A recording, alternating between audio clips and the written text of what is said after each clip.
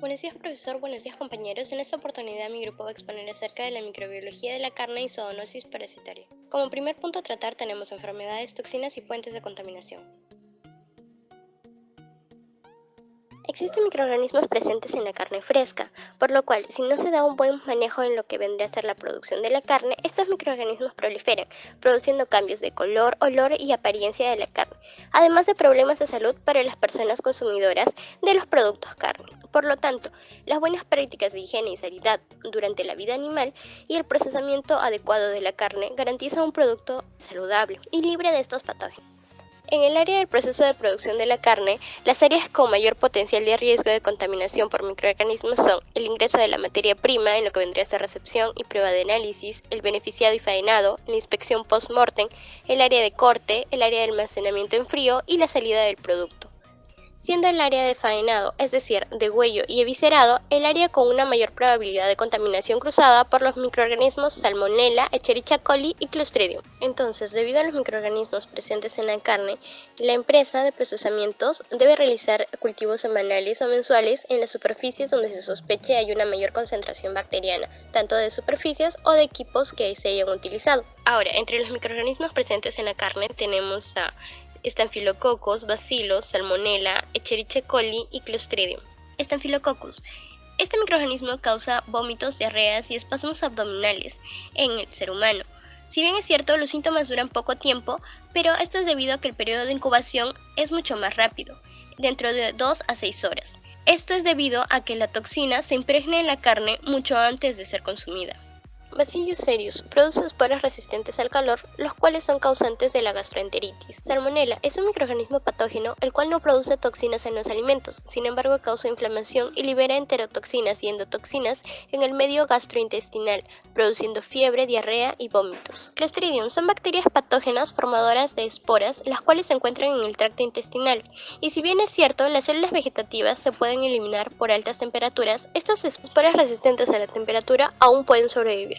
La Escherichia coli es otro patógeno, el cual produce la toxina berrotoxina o también llamado la shigatoxina. Este microorganismo produce dolor abdominal, diarrea acuosa, diarrea sanguinolenta, en ocasiones también produce vómitos, poca fiebre y en un caso severo también produce lo que es el síndrome urémico. Identificación de microorganismos en tratamientos de conservación de la carne. Carne envasado al vacío. Consiste en sacar el aire que rodea el producto que se va a envasar, donde la carne libera CO2 y consume oxígeno. Se logra la inhibición de pseudomonas y salmonelas. Sin embargo, hay supervivencia de bacterias psicrófilas. Carne en atmósfera modificada. Consiste en empacar la carne en materiales con barreras a la difusión de los gases, donde el ambiente gaseoso ha sido modificado para disminuir el grado de respiración, reducir el crecimiento microbiano y retrasar el deterioro enzimático. Con ello se logra la inhibición de microorganismos gram negativo aerobio, como por ejemplo los lactobacilos. Carne congelada.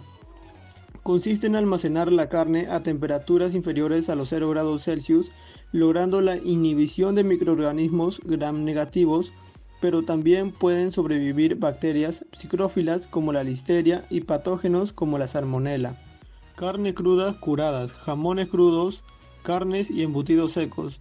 En el caso de la carne seca, consiste en secar la carne cruda en el calor directo del sol, deshidratando la carne para su conservación, obteniendo un alimento básico con alto nivel nutricional. Sin embargo, durante el proceso puede darse una posible contaminación microbiana a través del ambiente con presencia de microorganismos como el Staphylococcus y el Clostridium, o una posible contaminación cruzada con presencia de Escherichia coli y la listeria. Carne cocida sin curar. Productos cárnicos fritos o llevados a cocción en temperaturas de 40 a 60 grados Celsius. Durante el proceso se inhibe la mayoría de alterantes y patógenos como la listeria. Sin embargo, sobreviven bacterias termófilas como el Campylobacter, además de una posible contaminación cruzada con presencia de Escherichia coli y Salmonella.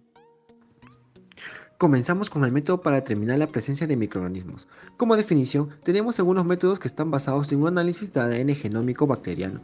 Por eso, son especialmente interesantes en la detección e identificación de microorganismos, las cuales son sensibles a las condiciones ambientales o a la presencia de microbiota competitiva. Entre las técnicas moleculares que existen, la más utilizada es la reacción en cadena de la polimerasa, la PCR. La PCR es un proceso de amplificación enzimática in vitro del ADN o ARN. La PCR se ha convertido en una técnica muy eficaz para la detección de patógenos, el cual sirve para detectar la Escherichia coli, la Salmonella y la Listeria. Por otro lado, sabemos que la carne tiene un aspecto microbiológico. La carne tiene una actividad de agua elevada, el 0,99, que es fácilmente perecible, y el pH aproximadamente 6. Por ende, hay 5 factores que provienen el crecimiento de microorganismos patógenos, las cuales están la reducida concentración de oxígeno, la elevada concentración de dióxido de carbono. También ayuda a tener un pH normalmente bajo, un almacenamiento a bajas temperaturas y la actividad antimicrobiana del lactobacillus. Ahora, la carne es un alimento altamente perecible, la cual esto es debido a que es un medio excelente para el desarrollo de microorganismos por su alta concentración de nutrientes, por su elevada actividad de agua, por el potencial de oxidorreducción y por su elevada concentración de pH. Ahora, zoonosis parasitaria. Las personas y los animales no son universos aislados.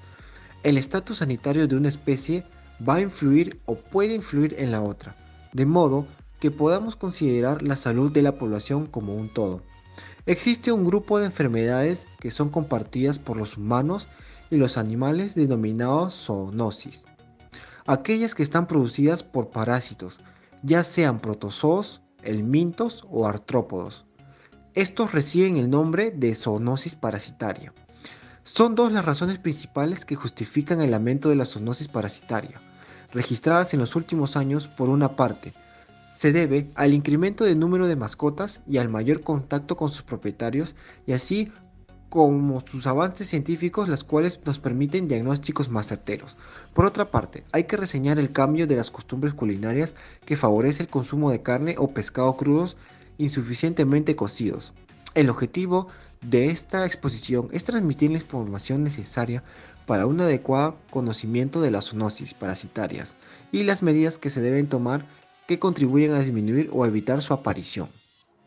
Soy el alumno Yandri Pedrosa y ahora voy a tocar un punto importante al momento de hablar de la relación de los microorganismos que están implicados en los productos cárnicos. Los productos cárnicos en sí presentan algunos factores a los que vamos a llamar factores intrínsecos, y son estos principalmente los que van a hacer posible la subsistencia de los microorganismos y que estos vayan a encontrar las condiciones óptimas en ellos. Por ejemplo, la temperatura. Ya que aquí tenemos que considerar las temperaturas de almacenamiento para el producto cárnico. Tenemos algunos microorganismos, por ejemplo, capaces de subsistir a 37 grados Celsius o inclusive a temperaturas mucho más bajas. En este caso, por ejemplo, la Listeria monocytogenes, la cual es capaz de subsistir a temperaturas de 1.12 grados Celsius. Tenemos también como factor intrínseco el pH. En este caso recordemos que el pH de la carne va a oscilar entre un rango de 5.4 a 5.6. Y esto pues va a ser aprovechado por algunos microorganismos para poder encontrar las condiciones óptimas de subsistencia. Ahora, otro factor intrínseco podría ser también la actividad de agua. Recordemos que la actividad de agua de la carne oscila entre 0.98 a 0.99 y que algunos microorganismos encuentran óptimo pues desarrollar su metabolismo a actividades de agua de 0.96. Otro factor intrínseco podría ser en este caso los nutrientes, y ya que algunos microorganismos como bacterias proteolíticas requieren de proteínas o péptidos o aminoácidos también para poder hacer su metabolismo, y también algunas bacterias lipolíticas. Pasamos a hablar ahora de aquellos microorganismos que han sido capaces de ser aislados a partir de carne fresca. Tenemos por ejemplo algunas bacterias, algunos mohos, algunas levaduras que pueden estar presentes. Entre las bacterias tenemos algunos géneros tales como Acinetobacter, géneros Pseudomonas o Aeromonas. Para el caso de las levaduras, algunos géneros como Candida o Debariomices.